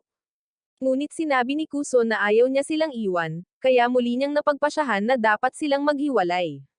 Nang tanungin ni Shindo kung ano ang ibig niyang sabihin sa paghihiwalay, ipinaliwanag niya na dapat silang hatiin sa dalawang grupo at maglakbay ng magkahiwalay, kung saan ang isa sa mga grupo ay susunod sa mga sundalong diyak upang iligtas ang mga bilanggo, habang ang kabilang grupo ay maghanap ng iba't ibang kargamento patungong Ratdobo. Dagdag pa niya na hindi nila malinaw na alam ang mga kailangan upang makumplito ang quest dahil hindi nila alam kung ano talaga ang mga kalakal, at inamin ni Kuso na tama siya dahil lahat sila ay magdurusa kung mayroon silang maling ideya. Nang tanungin ni Shindo kung anong mga koponan ang kanilang hahatiin, iminungkahi ni Yosoka na siya at si Shindo ay dapat nasa magkahiwalay na mga koponan upang ang parehong koponan ay magkaroon ng mahusay na lakas sa labanan. Sumang-ayon si Kavil sa ideyang ito, ngunit sinabing dapat siyang maging bahagi ng mga humahabol sa mga lalaki mula sa diyak upang makapaghiganti siya para kay Bimsburg. May 7 araw at 1 oras na natitira bago sila makarating sa kanilang destinasyon, opisyal na sumang-ayon ang grupo sa magkakahiwalay na pangkat. Si Shindo ay nakipagsosyo kina Jan at Kuso sa misyon ng paghahanap ng kargamento patungong Ratdobo, at ang pangkat na susunod sa mga sundalong diyak ay binubuo ni Kavil, Yoka, at Yosoka. Habang nagpapatuloy ang pangkat ng paghahanap, tiniyak ni Shindo kay Kuso na makakatagpo sila ng isang pamayanan kalaunan kung magpapatuloy sila sa pangunahing kalsada, at inaangkin ni Kuso na makakamit nila ang kanilang layunin kung maaari silang mag-alok na samahan ang anumang mga paghahatid mula roon patungong Ratdobo. Sumang-ayon si Jan sa ideyang ito at inaangkin na maaari silang makasalubong ng isang naglalakbay na mangangalakal na patungo sa Ratdobo, kaya napagpasyahan ni Shindo na ang kanilang misyon ay magiging napakadali. Nang gabing iyon, ang kabilang grupo ay nagpapahinga sa apoy sa kampo, at ipinaalam ni Yoshioka sa kanyang mga kasamahan sa koponan na ang koponan A ay umuunlad, at inanunsyo niya na sila, ang koponan B, ay kailangang magpatuloy sa paghabol sa rutang tinatahak ng kariton ng Diak. Ngunit kinasusuklaman ni Yoka ang katotohanan na siya ay nasa koponan na ito dahil alam niyang mas mapanganib ito. Itinuro ni Cavill na ang pagpaslang sa kanila sa isang pagtambang ay gagana dahil walang ideya ang mga sundalo na nakatakas sila sa piitan. Ngunit nag-aalala siya dahil naaalala niya kung paano sila nagpadala ng mga mensahe gamit ang mga kakaibang ibon. Pinaghihinalaan niya na ito ay karaniwang komunikasyon sa kaharian, ngunit malamang na ito ay isang abiso na huhulihin nila ang ilang mga bayani ng kaaway at mga sundalo ng Cordanel kinabukasan. Inamin ni Yoshioka na tama siya, at mas pinalawak pa niya ang kanyang pagsasabi na maaaring maghinala ang kaharian na ang kanilang mga sundalo ay napaslang kung sila ay nawala ilang sandali matapos mahuli ang mga sundalong Cordanel. Dahil isa silang militanteng bansa, hinulaan niya na gagamitin nila ito bilang batayan para magsimula ng isang ganap na digmaan, ngunit nais niyang iwasan iyon sa lahat ng paraan dahil ang kaharian ay may 10 beses na mas maraming sundalo kaysa sa kanyang mga tao. At ayaw niyang makitang mawasak ang kanyang kaharian dahil sa kanya. Nang marinig ito, iminungkahi ni Yoshioka na ang unang bagay na dapat nilang gawin ay ang pagpapasulat sa kanila ng isang liham na nagsasabing hindi nila kaaway ang Cordanel. At nang tanungin ni Yoka kung paano nila ito magagawa, ipinaliwanag ni Yoshioka na kailangan nilang kumbensihin sila na ito ang katotohanan upang maiulat nila ito sa kaharian. Ikinatwiran ni Yoka na imposible ito at kahit alam ni Yoshioka na ang liham ay maaaring walang epekto dahil maaari pa rin itong balewalain ng kaharian at magsimula ng digmaan. Gusto pa rin niyang malaman nila ang lahat ng kakilakilabot na damdamin na naramdaman niya at nang iba bago sila masawi. Pagkatapos ay inanunsyo niya na mayroon siyang plano at nagbigay ng isang ngiti na kasing kay takot-takot ni Pennywise na naging dahilan upang mataranta ang mga babae. Matapos sabihin sa kanila ni Yoshioka ang plano, humanga si Yoka na patuloy na nakakaisip ng mga walang awang ideya ang lalaki at ipinapalagay niya na marahil ay nakatadhana itong maging Aizen ng mundong iyon sa halip na ang bayani. Ipinaliwanag ni Yoshioka na palagi siyang magaling sa ganitong uri ng bagay dahil pagkatapos maglaro ng Call of Duty at Splinter Cell, ang pag-iisip kung paano talunin ang mga kaaway ay naging regular na bahagi ng kanyang araw. Sinabi ni Yoka na hindi pa siya naglalaro ng kahit ano maliban sa mga laro sa social network sa loob ng halos 1 taon, at nagsimula siyang mag-isip tungkol sa kanyang paboritong brain rot rom-com hanggang sa napansin niya na binibigyan siya ng lalaki ng kadiring mata. Matapos maalala ang halik mula kay Cavill, namula ang kanyang mukha na parang stop sign. Habang tinatanong niya ito kung ang isang halik sa virtual na mundong iyon ay maituturing na unang halik, ngunit iniisip ng lalaki na sinisimulan na niya ang kanyang personal na pakikipagsapalaran sa mga bagay-bagay. Kaya tinanong niya ito kung hinalikan niya si Jan. Galit niyang sinabi sa kanya na wala pa siyang nahalikan. Kaya ipinaliwanag niya na ang unang halik ay dapat ituring na isang karanasan, maging ito man ay sa totoong mundo or sa virtual na mundo, lalo na sa isang mundong kasing realistiko ng kanilang kinalalagyan. Habang paalis siya para gisingin si Cavill, naalala ni Yoka na sa karamihan ng mga unang halik sa rom-com anime, ang pangunahing tauhan ay karaniwang nagpapanggap na natutulog, ngunit sa kaso ng lalaki na ito, siya ay tunay na natutulog. Samantala, biglang dumating si Yoshioka sa kampo ng mga sundalong Diak at agad nilang hinugot ang kanilang mga armas para harapin siya, ngunit sinabi niyang naroon lamang siya para makipag-ayos at ipinaalala sa kanila na ang pakikipaglaban ay walang maitutulong sa kanila dahil ang mga bayani ay maaaring makabangon mula sa kasawian bawat 40 segundo. Nang tanungin ni Camelta kung ano ang gusto niyang makipag-ayos, diretsyong nagsinungaling si Yoshioka na ang tanging nakaligtas sa bitag ng piitan ay siya at si Yoka. At nang dumating si Yoka, nagsinungaling din siya, na sinasabing si Yoshioka ay nagbalik loob sa relihiyon ni Arteros. Naguluhan ang mga sundalong Diak, ngunit mas pinalala pa niya ang sitwasyon sa pamamagitan ng pagbabanta na ikakalat ang mga turo ni Arteros sa buong mundo gamit ang kanyang immortalidad bilang isang bayani kung hindi nila palalayain ang mga bilanggo. Inaangkin ni Camelta na hindi na kailangang makipag-ayos dahil magagawa pa rin niya iyon kung makikipagtulungan sila. Ngunit binigyan sila ni Yosoka ng hanggang sa susunod na hapon upang magdesisyon. Pagkatapos nilang umalis, inamin ni Camelta sa kanyang mga tauhan na masasayang ang kanilang mga pagsisikap kung sisimulan ng bayani ang pagpapalaganap ng relihiyon. At sinimulan nilang planuhin na hulihin si Yosoka.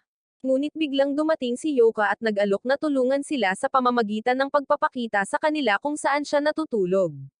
Hindi nila siya lubos na pinagkakatiwalaan, kaya hiniling ni Camelta sa dalawa sa kanyang mga tauhan na manatili at bantayan ang karwahe habang siya at ang isa pang sundalo ay sumusunod sa kanya. Habang naglalakad sila sa mga bundok, binigyan ni Camelta ang kanyang tauhan ng isang senadorios, kaya inatake niya si Yoka. Ngunit natuwa ang kanyang matatag na espirito dahil nahila niya sila ng sapat na malayo. Matapos suriin ang lugar, ipinaalam ng lalaki kay Camelta na wala siyang nakita. Kaya itinali nila ito habang pabalik. Gayunpaman, pagbalik nila, nakita nila si Yosoka na nag-aalab na parang isang kontrabida habang sinisira ang kanilang mga tauhan at ari-arian. Sinubukan silang atakihin ng mga sundalong diyak, ngunit iniwasan sila ni Yosoka at Yoka at tumakbo palayo. Di nagtagal, nakatagpo nila ang mga bilanggo na kanilang pinalaya sa isang kuweba, at tinanong ni Yoko si Yosoka kung sulit ba ang pagpaslang sa mga tao para sa kanilang misyon. At malamig niyang sinagot na hindi nila kayang mag-alala tungkol sa buhay ng mga karakter sa isang laro. Samantala, nalulunod si Camelta sa paghihirap dahil nasira ang kanyang mga plano. At sinubukan siyang pasayahin ng kanyang gwardya sa pamamagitan ng pagbanggit sa katotohanan na natagpuan nila ang kanilang kariton. Ngunit nagsimula siyang magreklamo tungkol sa kung paano hindi siya makakapagpista sa maharlikang launcher ng hari. Habang pinalalaya ng gwardya ang isang mensaherong kalapati, iniisip ni Camelta kung paano sila parurusahan ng hari pagkatapos nilang iulat ang kawawang pagkabigong ito sa kanya. At sinimulan niyang planuhin ang paggawa ng pagpaslang kasama ang kanyang bantay.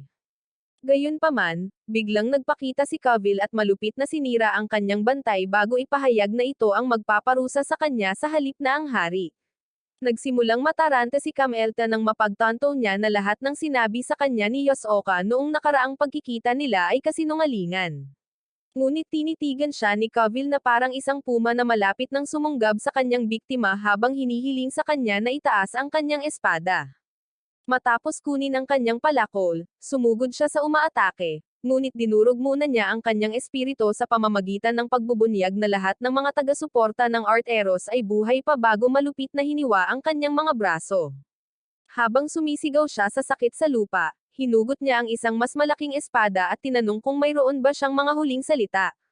Habang umaagos ang luha sa kanyang mukha, inangkin ni Camelta na gusto niya ng kapayapaan sa mundo, ngunit agad na hiniwa ni Cavill ang kanyang ulo sa estilo ng Demon Slayer bago malamig na sinabi na hindi nila makakamit ang kapayapaan hanggat hindi nila nalipol ang bawat isa sa mga basurang diyak. Samantala, sa kaharian ng diyak, isang gwardya ang nagulat sa hari na nabigo ang grupo ni Camelta sa kanilang misyon. At nakikita niya silang mga talunan dahil hindi sila dumiretso sa bahay. Nang tanungin ng gwardya kung dapat ba siyang magpadala ng isang rescue team, sinabi ng hari na hindi na kailangan dahil dalawa lang ang nakaligtas. Ngunit inangkin ng gwardya na ang tunay na problema ay ang mga bayani ay naging kanilang mga kaaway. Tinanong ng hari kung kinakailangan bang labanan ang mga bayani, at sinabi niyang oo at pinayuhan ang hari na maghanda para sa pinakamasamang sitwasyon. Kaya, inutusan siya ng hari na simulan ang pagsasaliksik ng mga paraan upang lipulin ang mga bayani. Kinabukasan, ipinaliwanag ni Yosoka sa iba pa niyang kasamahan na hindi niya masasabi kung matagumpay ang misyon dahil hindi niya alam kung ano ang nasa sulat na ipinadala ng tauhan ni Camelta. At sinabi ni Yoka na hindi naman ito malaking problema dahil nagawa nilang iligtas ang mga bihag. Pagkatapos ay ipinaliwanag niya na may 3 bagay na gusto niyang subukan pagdating sa mga kalakal. At napansin nila na matagal nang hindi gumagalaw ang Team A. Sa ibang lugar, tinanong ni Shindo at Kuso ang isang mangangalakal kung mayroon siyang mga kalakal na papunta sa Ratedorbo, ngunit sinabi niyang wala. Kaya, Nagpasalamat sila sa kanya at bumalik sa kanilang sariling karwahe kung saan isiniwalat ni Jan na wala siyang nakitang anumang bagay na mukhang isang tindahan pagkatapos tumingin sa paligid. Itinuro ni Shindo na ang biro ay mapapasa kanila kung patuloy silang pupunta sa Ratedorbo nang walang dala-dalang gamit, ngunit sinabi ni Kuso na may paraan at tinanong si Jan kung may matutuklasan siya mula sa kanya. Samantala, nag-impake si Yosoka ng ilang kargamento sa karwahe at ipinaliwanag kay Yoka na maaaring sila ang mga gamit na kailangan nila. Ngunit nagreklamo siya na ayaw niyang makasama sa parehong kariton dahil magpapakita sila ng masamang halimbawa para sa mga batang nakasakay. Habang nakasakay sila sa unahan, pinanood ng mga babae si Yosoka habang nagkukwento sa batang bilanggo, at nagsenyas si Kavil nang makita niya ito, dahilan para isipin ni Yoka na may nararamdaman talaga siya para kay Yosoka. Maya-maya, huminto sila sa isang partikular na lugar, at ipinaliwanag ni Yosoka na kailangan nilang magpahinga ng mas madalas dahil may dala silang 2 tao ngayon. Lumapit si Kavil sa kanya upang kunan siya ng bagay habang ang kanyang mga pisngi ay namumula na parang kamatis, ngunit nang dumating ang batang bilanggo, umatras siya. Habang papalapit si Yosoka sa kanya, binanggit niya ang katotohanan na ang kanilang paglalakbay ay magtatapos sa susunod na araw at nagpatuloy na may malungkot na ekspresyon sa kanyang mukha, at nagsimulang lumabas si Yoka mula sa kanyang pinagtataguan na parang isang tipikal na tagahanga ng romcom. Nang ipagpatuloy nila ang kanilang paglalakbay, naalala ni Yoka ang isang katulad na pangyayari sa pag-ibig sa video game na gusto niyang laruin at nagsimulang mag-ayos na parang isang talunan sa kanyang kabayo, at ito ay nag-alala sa batang bilanggo na nababaliw na siya. Kaya ipinaliwanag ni Yosoka na tipikal na pag-uugali ito ng isang gamer. Pagkatapos ay sinabi niya na hindi na siya makapaghintay na umuwi upang maipagpatuloy niya ang kanyang mga video game, at tinitigan siya ni Kavil nang may paghihinala matapos marinig ito. Nang makarating sila sa kanilang susunod na pahingahan, hiniling ni Yoka kay Yosoka na makipagpalit ng upuan sa kanya dahil nagsisimula ng sumakit ang kanyang pancake matapos umupo sa kabayo ng matagal.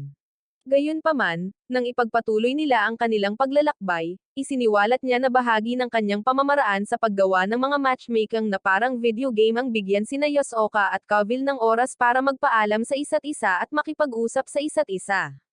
Ngunit nang lumingon siya, nakita niya ang 2 baliw na natutulog. Kalaunan, huminto sila sa isa pang pahingahan, at habang naghahanda si Yosoka na magluto ng pagkain, sinimulan ng baliw na doktor ng pag-ibig ang mga plano para magmahalan sila habang gumagawa ng isang pinagsasaluhang gawain, ngunit lahat ng kanyang inaasam sa telenovela ay nasayang nang dumating ang babaeng kabalyera na may dalang isang napakalaking baboy ramo para sa hapunan. Habang ikinukwento ni Yosoka sa mga refugee ang tungkol kay Naruto, nilapitan ni Yoko si Kavil at inanunsyo na ang pinakamagandang paraan ay ang maging full-cycle lover mode siya. Para sa planong ito, inayos niya sila para mag-training ng magkasama, at habang nagbabanggaan sila ng mga armas, sinimulan niyang ipagdiwang ang katotohanang ginamit niya ang pinakakontrobersyal na paraan ng kanyang laro ng pag-ibig, at umaasa siyang hahalikan siya ni Kavil ng may pagmamahal. Si Kavil mismo ay nasa sabik dahil nararamdaman niya ang uri ng pag-ibig na maipapahayag lamang sa pamamagitan ng labanan, hiniling kay Yoka na palitan si Yosoka bilang kanyang kalaban, at ang babae na may 4 na mata ay nagsimulang tumakbo palayo. Habang nagpapatuloy sila sa kanilang paglalakbay, nagsimulang bumagsak si Yoka dahil ang 2 tao na sinusubukan niyang pagsamasamahin ay mas matigas pa sa mga bato, at lahat ng nanunood sa kanya mula sa likuran ay nag-aalala. Samantala, dumating ang Team A sa isang lugar kung saan dumadaan ang isang mangangalakal, at sinabi niya sa kanila na mayroon siyang mga kalakal na dadalhin sa Ratedorbo. Kaya inalok nila siyang samahan. Gayunpaman, inakala ng kanyang gwardya na sinusubukan nilang nakawin ang kanyang kulog, kaya inatake niya sila gamit ang kanyang espada, ngunit madaling natanggal ni Shindo ang kanyang talam. Nang gabing iyon, nagkakampo ang Team B sa kakahuyan, at habang nagpapahinga si Yoka, nakipagkita si Kavil kay Yosoka ng palihim at nagpasalamat sa pagtulong sa kanya na makaganti para kay Bimsburg. Sinabi ni Yosoka na walang problema dahil nagalit din siya sa kanila, ngunit nagalit si Yoka dahil ang subplot ng romance na nilikha niya sa kanyang nakakatawang ulo ay walang kapalit na gusto niya. Kinabukasan, biglang naabisuhan ang Team A na natapos na ang quest, at ito ay dahil matagumpay na naihatid ni Yosoka at ng kanyang team ang mga ulo na dala nila sa kaharian. Pagkatapos, sa wakas ay nagsama-sama muli ang dalawang team, ngunit agad nilang iminungkahi na maghiwalay muli upang pagtakpan ang lahat ng gulo na kanilang ginawa. Kinabukasan, naglakad ang mga babae sa magkaibang landas, at habang sinusubaybayan sila ni Yosuoka sa screen, natuwa siya sa kanilang nagawang pag-unlad.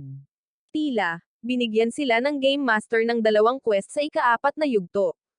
Ang una ay ang paghahatid ng mga gamit sa Rotodorbo, na kanilang naklear sa pamamagitan ng paghahatid ng mga ulo ng mga sundalong diyak sa mga opisyal. Ang pangalawang quest ay ang pagtawid sa 5% ng mapa, at nagpasya silang maghiwa-hiwalay upang masakop nila ang lupa ng hiwalay. Masaya si Yosuoka dahil sa ganoong bilis ay matatapos nila ang quest ng may sapat na oras, ngunit nagulat siya nang mapansin niyang biglang umuulan ng nyebe. Habang lumalakas ang nyebe, sina Jan at Kavil ay nagpahinga sa isang bar, at iminungkahi niya na ipagpaliban ang kanilang pag-alis ng ilang araw dahil hinuhulaan ng mga lokal na ang nyebe ay magiging isang masamang blizzard sa gabing iyon, at sumang-ayon siya. Nag-aalala siya para sa mga bayani dahil narinig niya na lalong nagiging magaspang ang panahon sa mga bundok, at nag-aalala si Kavil habang naaalala niya ang pagkikita nila bago nila simulan ang kanilang paglalakbay. Noon, ipinaalam niya sa kanya na kailangang humiwalay ang mga bayani sa kanya dahil mayroon silang bagong pakikipagsapalaran at nakipagkamay sa kanya habang nagpapasalamat sa lahat. Habang tumatakbo siya palayo, nagpasalamat si Kavil sa kanya habang tinatawag siyang nag-iisang bayani. Pinabalik siya ni Jan sa kanyang flashback arc sa pamamagitan ng pagtatanong kung may mali, ngunit sinabi niyang walang mali bago niya sinabi sa kanya na kailangan nilang ipagpaliban ang kanilang pag-alis bilang paraan ng pagbibigay sa kanila ng oras para magpahinga bago ipagpatuloy ang kanilang paglalakbay. Pagkatapos umalis ni Jan, naalala niya ang labanang ipinaglaban niya sa mga bayani, lalo na ang labanan sa gargoyle, at nakaramdam ng pasasalamat sa katotohanan na hindi siya nasawi at maaari na niyang ipagpatuloy ang kanyang paglalakbay hanggang sa siya ay maging susunod na Captain Marvel. Nang maalala niya ang halik, muling nanginag ang kanyang balakang, at hiniling niya na sana ay ligtas ang bayani sa kanyang mga pakikipagsapalaran. Samantala, nagtatago si Yosuoka sa likod ng isang malaking bato mula sa nyebe, naghahanap sa kanyang inventaryo ng isang bagay na komportableng isuot, at napunta siya sa pagpili ng kasuotan ng Beast Magician, na nagpapasaya sa kanya na lumipat siya ng trabaho. Habang naglalakad siya pasulong sa nyebe, nakaramdam siya ng inis dahil inaasahan niyang ang quest ay isang simpleng paglalakad lamang at hindi niya kailanman inakalang lalaban siya para sa kanyang buhay laban sa nyebe tulad ng ginagawa niya sa totoong mundo. Lumalalim ang araw at lalong bumababa ang temperatura. Kaya huminto siya at nagsimulang mag-isip kung mabubuhay pa ba siya kung masasawi siya sa lamig. Gayunpaman, naalala niya na hindi makatugon ang mga babae nang kainin sila ng halimaw at ito ang nagpaisip sa kanya na hindi sila mabubuhay kung ang kanilang mga labi ay wala sa isang kapaligiran kung saan sila mabubuhay. Kung siya ay magyelo hanggang masawi at ang temperatura ng kanyang katawan ay kasing baba rin pagkatapos ng pagbangon, siya ay luto na. Kaya nagpasya siyang gumawa ng ilang ehersisyo sa binti upang mapataas ang kanyang temperatura. Sa ibang lugar, si Yoko ay gumagalaw sa nyebe na iniisip ang isang prinsipe na Nagel iligtas sa kanya at pagkatapos ay niyayakap siya pagkatapos. Ngunit habang siya ay bumabagsak, ang nyebe ay lalong tumitindi. Pakiramdam niya ay nagpapahinga ang iba pang mga bayani dahil sa nyebe. Ngunit nang tiningnan niya ang screen ng grupo, nakita niya na siya lamang ang nagpapabeya. Habang nagsisimula siyang umubo, napagtanto niya na masasawi siya kung titigil siya sa paggalaw. Kaya't lumaban siya sa lamig habang naglalakad pasulong. Sa ibang bahagi ng kaharian, si Kuso ay naglalakad sa nyebe habang ginagamit ang kanyang kalasag bilang payong. At kahit na mas mahirap ang karanasan, patuloy siyang sumusulong. Naaalala niya noong una siyang pumasok sa mundo ng laro at pinaikot ng Game Master ang gulong, na nagbigay sa kanya ng posisyon ng mandirigma.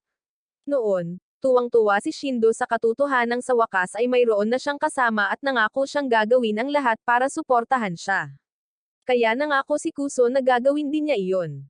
Kasunod nito, nakatagpo sila ng napakaraming nakakatakot na labanan, ngunit ang kanyang malusog na katawan ang nagbigay daan sa kanya upang maging kasing aktibo ng lahat.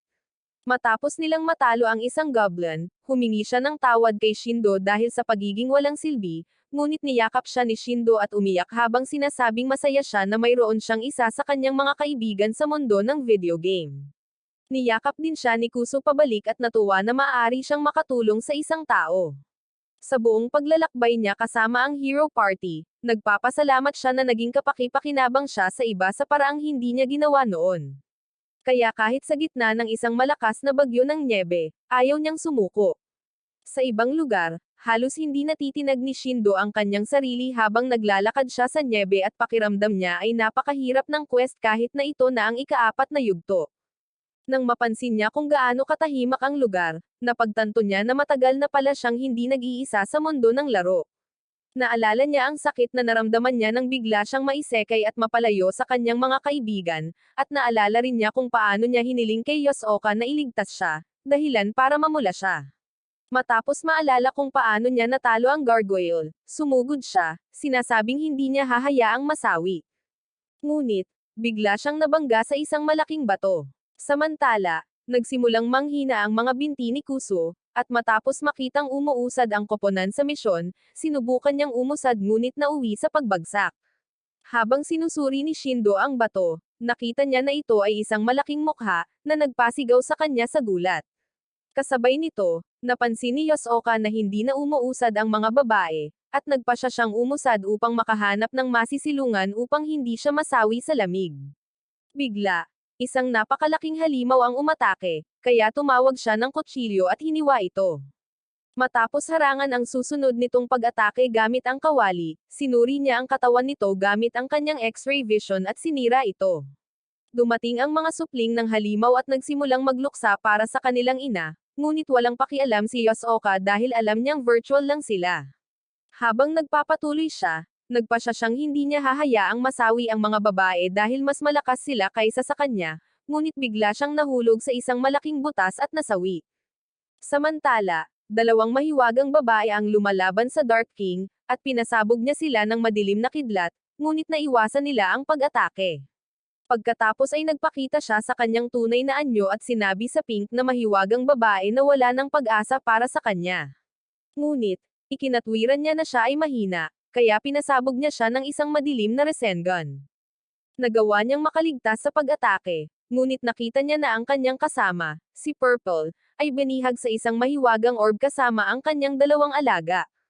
At, ang Dark King, ang haring demonyo na si Lucifer, ay nagpahayag na pamamahalaan niya ang mundo gamit ang kadiliman at sisipsipin ang mga pangarap ng mga tao sa buong mundo. Habang ginagawa niya ang kanyang masamang tawa, tumayo si Pink at ipinahayag na hindi niya hahayaang masunod ang gusto niya dahil ang kanyang koponan, ang Magiha Sisters, ay hindi sumusuko. Ang kanyang katawan ay nagsimulang magningning na may kulay rosas na aura, at pinalakas ni Purple ang kanyang kapangyarihan sa pamamagitan ng pagdaragdag ng kanyang aura, na naging dahilan upang magbago si Pink sa isang majestic Lord Moon form. Pagkatapos ng kanyang nakakabagot na superhero monologue, nilipol niya si Lucifer gamit ang isang malakas na pagsabog ng apoy. Noong mas bata pa si Yoka, ang Magiha Sisters ang kanyang mga huwaran, at naniniwala siya na mailigtas niya ang mundo kung mayroon siyang kapangyarihan ng pagkakaibigan na lagi nilang ipinapakita sa kanilang mga laban. Sa totoong panahon, nagtatago si Yoka mula sa nyebe sa isang iglo na gawa niya mismo, at sinubukan niyang gumamit ng sarili niyang spell na apoy ng mahiwagang babae, ngunit nabigo ito. Kaya, napagpasyahan niya na hindi siya kailanman magiging isang mahiwagang babae. Naalala niya kung paano niya palaging pinoprotektahan ang kanyang sarili sa pamamagitan ng pakikipag-ugnayan sa mga taong mas malakas at pagkatapos ay pinag-uusapan ang mga ito sa likuran nila. Kahit na ginawa rin nila ang lahat sa kanya, wala siyang karapatang magreklamo at naramdaman niyang kailangan niyang basahin ang silid upang makasabay. Habang nagsisimula siyang sumuko sa kanyang mga pangarap na mahiwagang babae, nagsimulang maglaho ang kanyang wand. Samantala, nagising si Yosoka sa isang kakaibang silid at nagulat siya na nabuhay siya muli pagkatapos ng matinding pagkahulog. Habang tumitingin sa paligid, napagtanto niya na ang dahilan kung bakit siya nakaligtas ay dahil ang silid na kanyang kinaroroonan ay nagpapanatili ng init ng kanyang katawan, na nagpapahintulot sa kanya na muling mabuhay. Pagkatapos ay napansin niya ang ilang mga landas sa unahan na may kumikinang na mga pader at napagtanto na siya ay nasa isang lihim na piitan, na nagpapasaya sa kanya. Habang ginalugad ni Yosoka ang piitan, nakakita siya ng mga bangkay ng hayop sa sahig, ngunit hindi niya pinansin ang mga ito dahil napagtanto niyang kaya niyang tapusin ang quest ng mag-isa sa pamamagitan lamang ng paglalakad sa paligid ng piitan. Bigla siyang nakatanggap ng abiso na isa sa mga miyembro ng kanyang grupo ang nasawi. Sa kapatagan ng nyebe, ang espiritong katawan ni Kuso ay umiiyak, nagmamakaawa sa kanyang katawan na huwag masawi doon at naabisuhan si Shindo na wala na siyang buhay. Ito ang nagpagalit sa kanya kaya't ipinahayag niya na tatapusin niya ang quest, kahit na ito na ang huling bagay na gagawin niya. Habang nagpapatuloy siya, napagtanto niya na medyo hamupa na ang hangin at nakakita siya ng isang nayon sa unahan, na siyang ikinatuwa niya. Habang papalapit si Shindo sa nayon, natuwa siya na mailigtas niya si Kuso, ngunit wala siyang ideya na ang landas na kanyang tinatahak ay manipis na yelo. Tumakbo siya sa unahan, ngunit ang yelo ay nabasag, dahilan para mahulog siya sa malamig na tubig sa ilalim. Agad na nabalitaan ni Yosoka na nasawi na si Shindo at ikinagulat niya ito dahil inakala niyang makakaligtas ito matapos makitang malaki ang kanyang pag-unlad. Para bang hindi pa sapat ang mga bagay-bagay, napadpad siya sa isang dead end at nagpas siyang bumalik upang maghanap ng ibang ruta, ngunit nakita niyang sarado rin ang lahat ng iba pang landas. Pagkatapos ay gumapang siya sa isang butas upang makahanap ng isang nakatagong daanan para makatakas, ngunit napadpad sa isa pang dead end at nagsimulang manginig ang silid.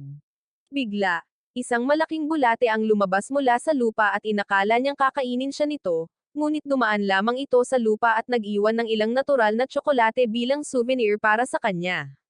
Napagtanto niya na ang bulate ay kumikilos tulad ng isang bulate sa totoong mundo at ginalugad nito ang isang landas na hindi pa niya nasusundan noon, kaya sinundan niya ito sa unahan. Gayunpaman, napansin niya na ang bulate ay gumagalaw ng masyadong mabagal, kaya itinusok niya ito sa butas ng kanyang likod, na naging dahilan upang mas bumilis ang paggalaw nito. Habang nagsisimula siyang magdiwang, isang napakalaking bulate ang biglang nagpakita sa likuran niya at umatake.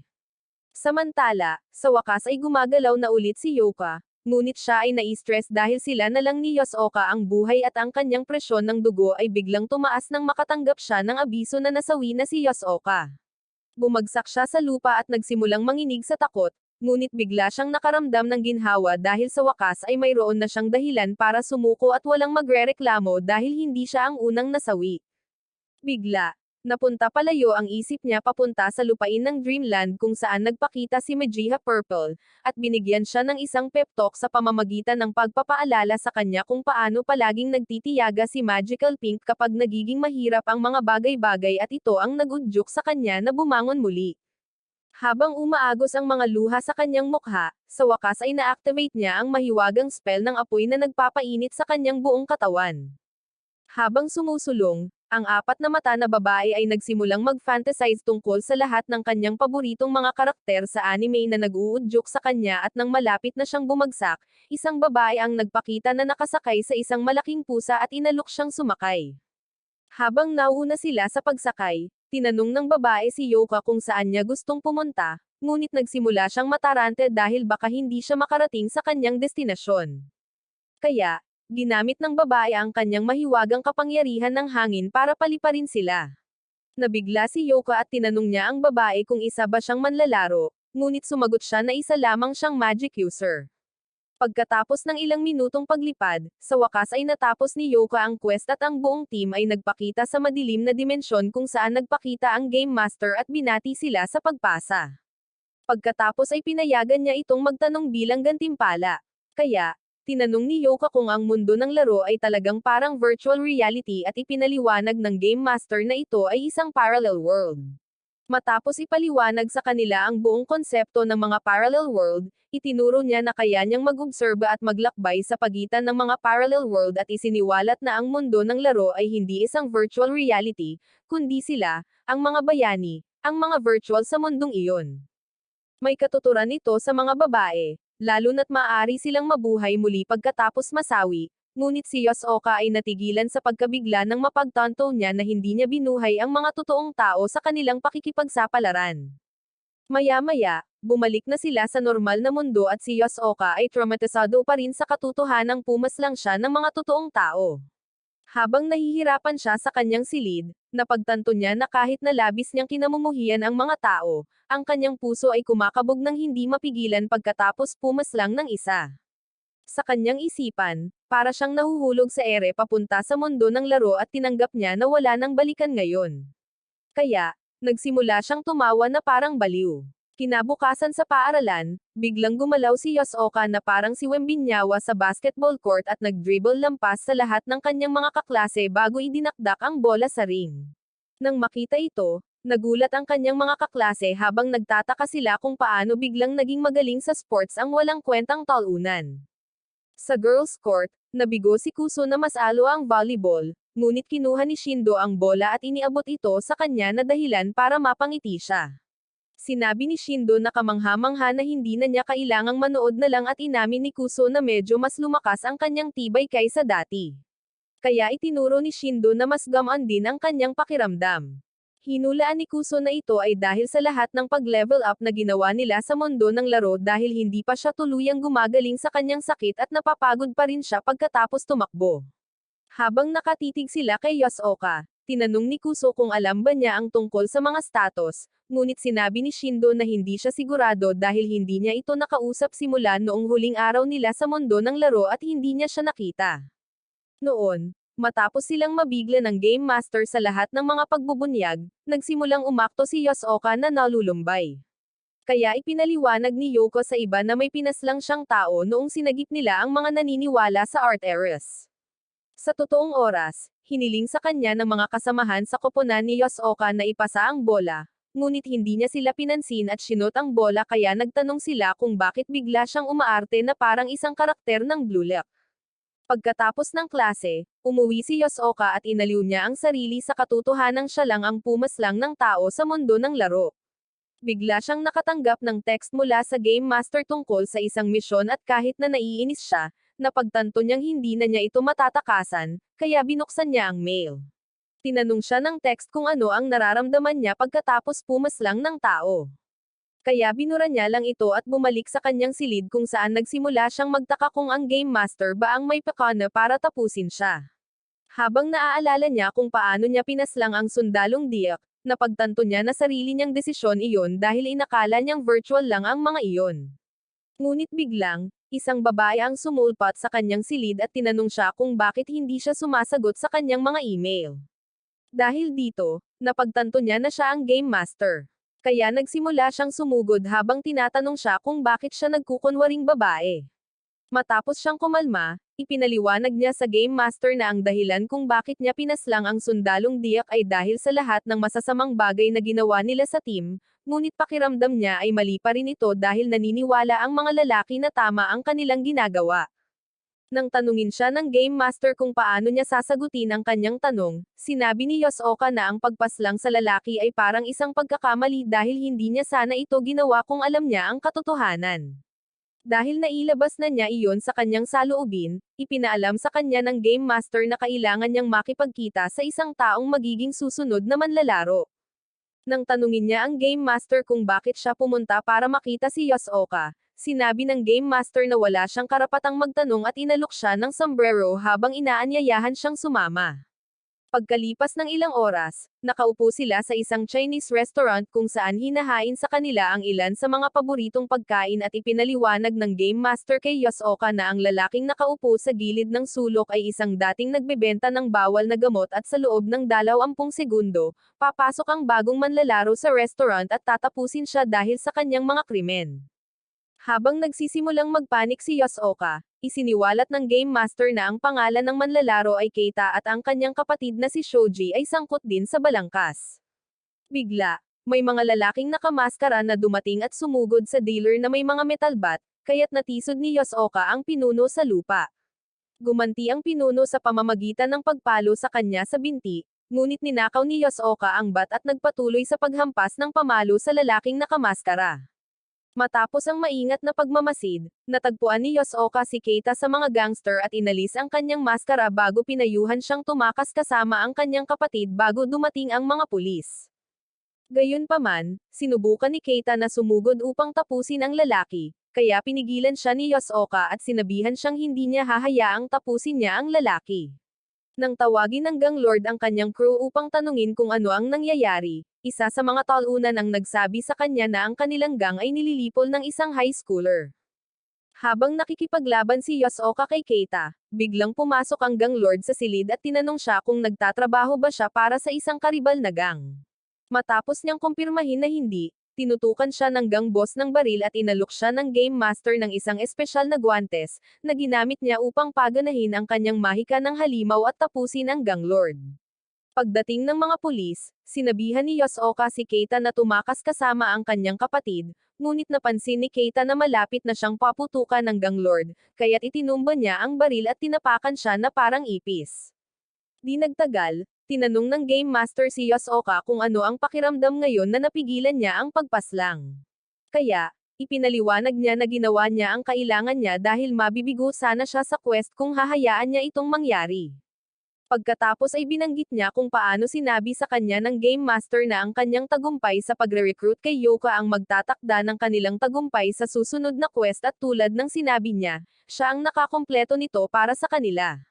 Sa pagkakataong ito, lumikha si Yosuoka ng isang mundo kung saan gugustuhing balikan ni Keita dahil siya at ang kanyang kapatid ay naaresto at sa palagay niya ay mapapalaki nito ang kanyang pagkakataon sa susunod na pakikipagsapalaran. Nang magtanong ang Game Master tungkol sa kanyang pananaw sa buhay, sinabi niya na lahat ng taong nanloloko sa iba ay nararapat masawi. Nang marinig ito, sinabi ng Game Master na nagsasalita siya na parang isang hindi kilalang gumagamit ng video game na nag-iisip na mas mahusay siya kaysa sa lahat at nagtanong kung sino sa palagay niya ang kanyang sarili. Inaangkin ni Yosuoka na isa lamang siyang taunang lalaki na may mga maling akala at inamin niya na mali ang kanyang sinabi, ngunit sa palagay niya ay mali ang iba pang bahagi ng mundo habang siya ang tama.